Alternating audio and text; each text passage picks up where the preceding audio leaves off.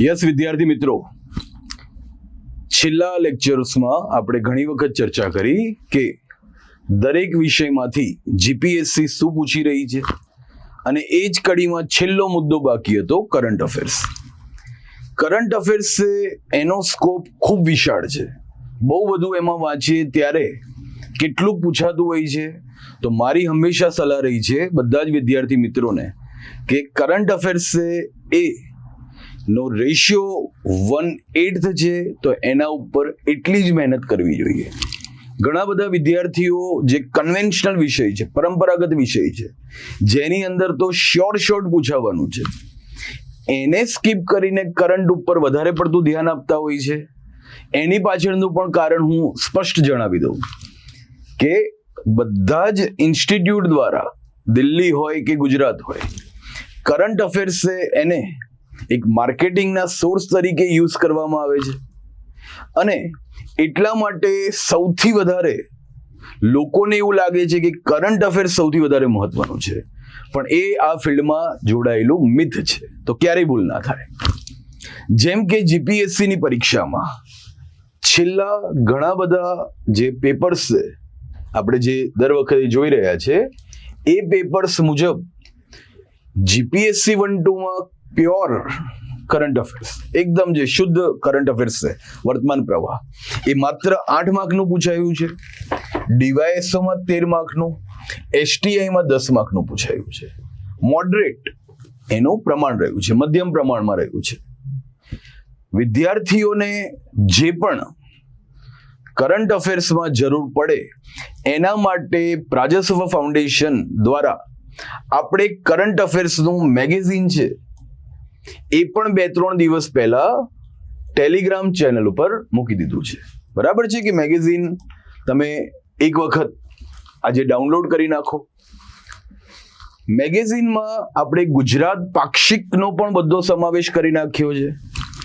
India બિગ્સ ની અંદરથી જે પૂછાય છે એને પણ આપણે ઇન્ક્લુડ કરી નાખ્યું છે, તથા બહુ જ બધા મલ્ટિપલ સ્પોર્ટ્સ છે એને પણ ઘણા બધા સ્ત્રોતોનો પણ આપણે પ્રયોગ કર્યો છે, જેથી વિદ્યાર્થીઓને એક જ પીડીએફમાંથી, પીડીએફ થોડી મોટી બની છે 300 પેજીસની, એમાંથી પણ એક્ઝેક્ટ કઈ રીતે વાંચવું એનો પણ હું ભવિષ્યમાં વિડીયો બનાવવા જઈ રહ્યો છું. પણ મેઇનલી જે કરંટ અફેર્સ છે એની અંદર યાદ રાખવાનું છે કે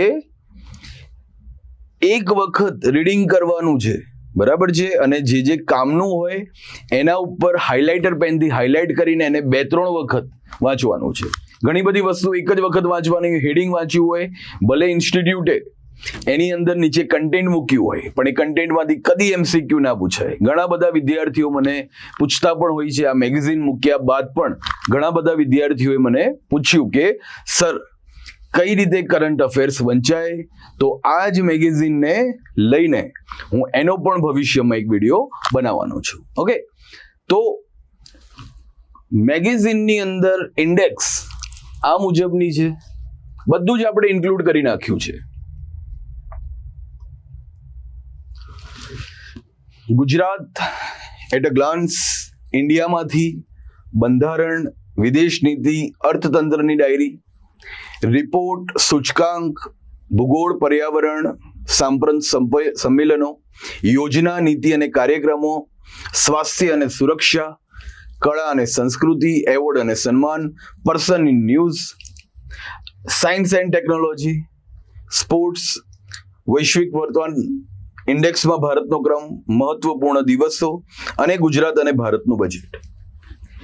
દરેક ટોપિક બાદ પણ આપણે એમસીક્યુ આપ્યા છે. માત્ર એમસીક્યુ પણ ઘણી વખત તમે કરીને જાઓ, આગળનું કંઈ જ ના વાંચો, એમસીક્યુ સોલ્વ કરીને જાઓ, મગજમાં ચેઇન બનાવો કે અગર આ સેન્ટેન્સમાંથી એમસીક્યુ બનશે તો એ હું કઈ રીતે લિંક કરીને એમસીક્યુને ત્યાં સોલ્વ કરીશ એક્ઝામમાં, એવી માઇન્ડમાં લિંક બનાવો. માત્ર એટલું કરશો તો પણ ચાલી જશે. દરેકે દરેક આ જે પોઈન્ટ છે એના પછી આપણે એમસીક્યુ આપ્યા છે, અને છેલ્લે જ્યારે બધું જ પતી જશે 19 ટોપિક, એના પછી પણ આપણે ઘણા બધા એમસીક્યુ આપ્યા છે, જે આવનારી બધી જ પરીક્ષાઓ માટે મોસ્ટ આઈએમપી છે. જાન્યુઆરીથી એપ્રિલ, થોડું ડિસેમ્બરનું પણ લઈ લીધું છે. 1 મે થી 15 મેનું આપણે હજી બાકી છે, તો એની પણ એક નાનકડી પુસ્તિકા થોડા જ દિવસમાં આપણે પબ્લિશ કરવાના છે. તો આપણે એવું ધ્યાનમાં રાખ્યું છે કે 15 મે સુધીનું કરંટ છે બધાને મળી જાય, જેથી આવનારી પરીક્ષામાં એમને સરળતા રહે. તો કરંટ અફેર્સ છે એ કઈ રીતે વાંચવું જોઈએ એની બાબતને ધ્યાનમાં રાખીને હું નેક્સ્ટ વિડીયોમાં ચર્ચા કરીશ. સૌથી પહેલા આજે પોતે એક વખત મેગેઝિન ડાઉનલોડ કરે,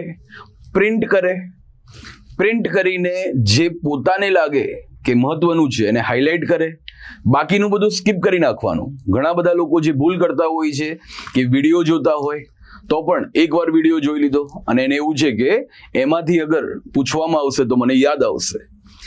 એકવાર વિડીયો જોયો હોય એમાંથી પણ બધું નોટ ડાઉન કરવું પડે, 2-3 વખત આંખની નીચેથી એ પસાર થાય અને પછી એક્ઝામમાં આવે ત્યારે જઈને વ્યક્તિ છે એને સોલ્વ કરી શકતો હોય છે.